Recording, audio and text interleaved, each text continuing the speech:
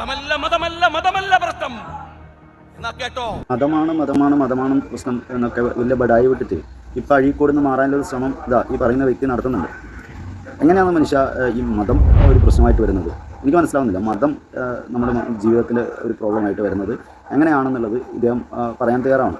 ഇപ്പോൾ പേടിച്ചിട്ട് എന്നെ അഴീക്കോട് മാറ്റണോ, എനിക്ക് വേറെ മണ്ഡലം തരണോ എന്ന് പറഞ്ഞിട്ട് പോകാൻ നിൽക്കില്ല. ഇന്ന് ധൈര്യം ഉണ്ടോ എന്ന് വെല്ലുവിളിക്കുന്നു. കാരണം ഇനി അഴീക്കോട് മത്സരിച്ചിട്ടുണ്ടെങ്കിൽ എൻ്റെ ഏട്ടാ നിങ്ങൾ ജയിക്കുന്നത് എനിക്ക് തോന്നുന്നില്ല. എനിക്കെന്നല്ല, ഒരുപക്ഷെ അഴീക്കോടുള്ളത് ജനങ്ങൾ പോലും അത്ര വെറുത്തു. കാരണം മതം എന്നുള്ളത് മാത്രമാണ് മതം എന്നുള്ളത് മാത്രമാണ് ജീവിതം എന്ന് കരുതുന്ന താങ്കളെപ്പോലുള്ളവരെയൊന്നും കേരള സമൂഹം അംഗീകരിക്കുമെന്ന് എനിക്ക് തോന്നുന്നില്ല.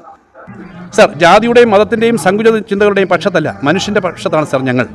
വർഗീയ ശക്തികൾ ഉയർത്തിയ ആക്രമണങ്ങളെയും പ്രചരിപ്പിച്ച അസത്യങ്ങളെയും നേരിട്ട് ഇന്ന് ബഡ്ജറ്റിൽ നമ്മൾ കെ എം ബാലഗോപാലൻ വളരെ കൃത്യമായിട്ട് മറുപടി പറഞ്ഞിട്ടുണ്ട്. മതമാണ് പ്രശ്നം എന്നതല്ല ഞങ്ങളെ നയിക്കുന്ന മുദ്രാവാക്യം.